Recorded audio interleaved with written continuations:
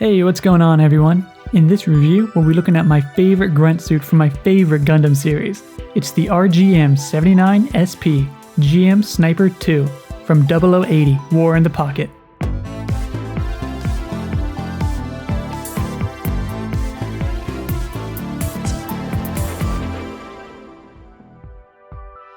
Even though I've already reviewed the GM version 2.0, I love War in the Pocket, so I just had to pick up this kit.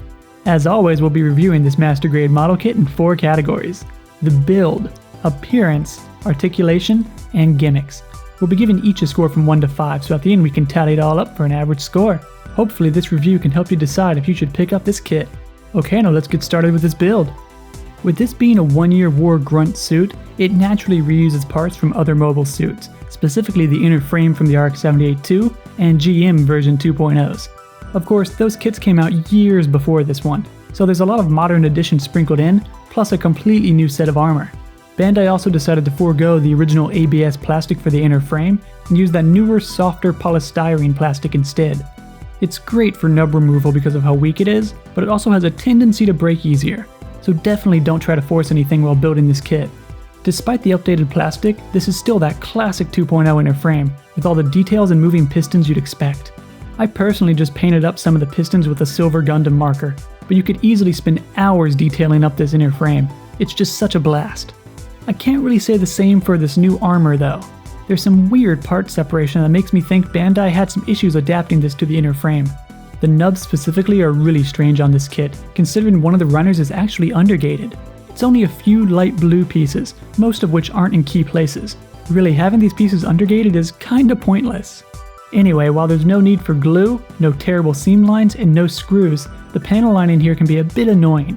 Instead of deep channels to fill with paint or ink, a lot of this is just sloping plastic. There's also a little bit of painting you might want to consider here. It's nothing crazy, but a few nice touch-ups here and there. First up, you need gray for this section on the shoulders. There's a solid indent, so it's a really easy touch-up. Amazingly, all the red details on this kit come as actual molded pieces, even these thrusters on the legs. Like the Master Grade camp fur, all these vent inserts just go such a long way in spicing up this blue. They look even better if you fill them with gray and black paint as well. Next, there are a few circles found on the legs and elbows. They come molded into the blue armor piece, which is how they appear in the anime. However, newer interpretations of this kit have them in gray. I decided to leave the ones on the legs blue since there's some nice panel lines inside, and instead just paint the ones on the elbows. These elbow circles don't have any details inside, so I figured I might as well, right? Lastly, there's this gray section on the shoulder. It's supposed to be blue, but for some reason Bandai decided to make it inner frame poking through. Honestly, it's going to be way too much of a hassle to color match this blue, so unless you're doing a full paint job, you're probably better off skipping over it.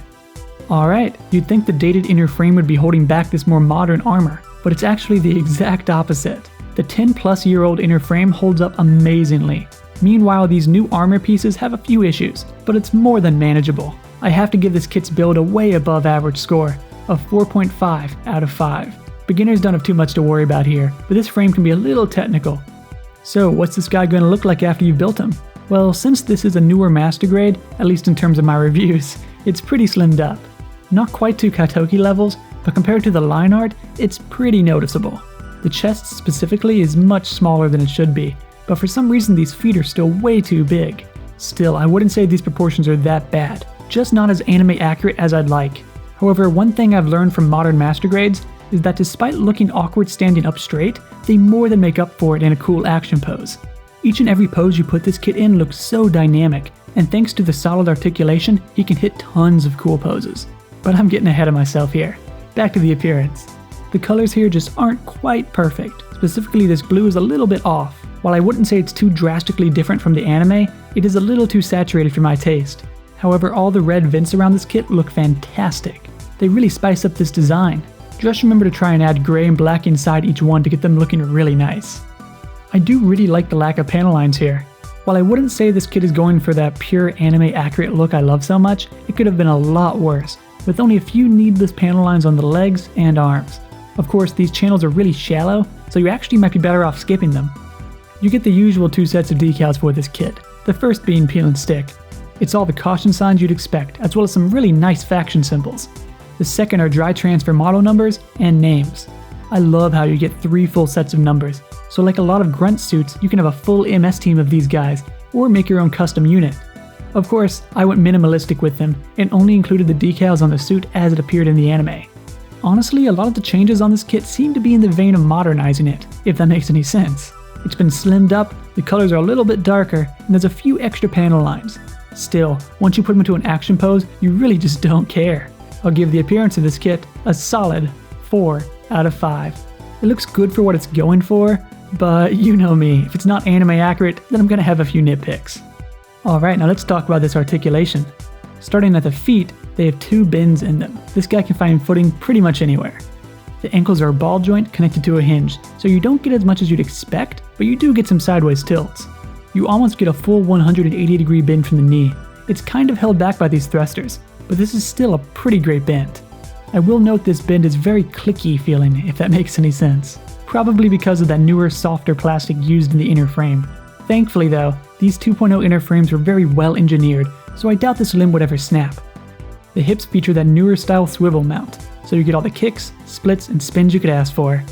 The waist skirts are set up just like the ARC 78-2 version 2.0, so you get some great movement, but they can pop out on occasion. The chest is actually a brand new build. It has a series of hinges that allow for all kinds of great movement. Forwards, backwards, tilts, you name it. The shoulders are a straight copy of the GM version 2.0, so you get an amazing 90-degree pop out. Of course, with these shoulders being so complex, they're prone to sagging over time, especially if it's weighed down with a shield or rifle. The arms have the usual 360-degree spin on top, almost a 180-degree bend from the elbow, and the wrists are on the usual ball joints. The hands use interchangeable fingers with a dedicated set for each weapon. Mine don't fit too snugly and fall out fairly often. I really don't get why we didn't get those 2.0 style hands here. I mean, the rest of the kit already uses elements from the 2.0s, so you think that would have carried over too, right? Anyway, the head is a single ball joint, so you don't get too much. Thankfully, the neck can tilt forwards quite a bit, which helps out tremendously. The articulation here is amazing. However, the complexity of some of these joints, mixed with that weaker plastic, leads to a real clicky feeling, you know? However, that's more than made up for by just how many cool poses this kit can do. So I'll have to give this kit's articulation a perfect 5 out of 5. I don't think you could ever run out of poses to do here. Finally, let's take a look at these weapons. The first and most iconic weapon of this MS is its 75mm sniper rifle. It looks really fantastic, with a nice mix of dark green and gray. Also, thanks to the dedicated set of fingers, this guy has no problem holding this gun up. Because of the amazing pop out from the shoulders, this guy can actually pose with this rifle as well. I don't think there are many kits out there that can pull off a pose like this. It's pretty crazy. His visor also folds down and just looks fantastic. Despite there not being any kind of locking mechanism here, it still stays put regardless of how you pose him. It's pretty cool. You also get a set of beam sabers. They attach to the back skirt armor, so they're always available, assuming you have the right set of fingers to hold them, of course. Still, they look great and function exactly how you would expect. Next up, you get this huge shield. It snaps into the arm, and despite a fairly complex connection, it really doesn't pose too many weight issues. You can also set it on the ground and have him aim over it with the rifle. Lastly, there's this machine gun. It's a pretty generic looking gun, to be honest, so I don't use it too often. However, it's additions like these that really add to the playability, and you could always give this gun to another suit or something.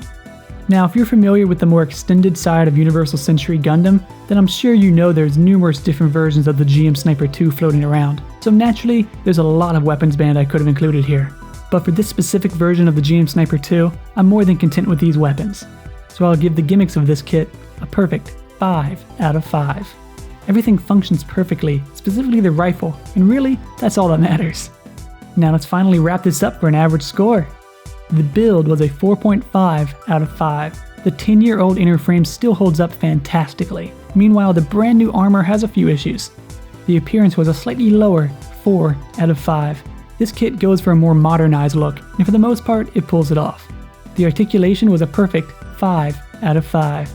This guy can hit every pose you could think of, but you'll want to be careful about this softer plastic. And the gimmicks received another 5 out of 5.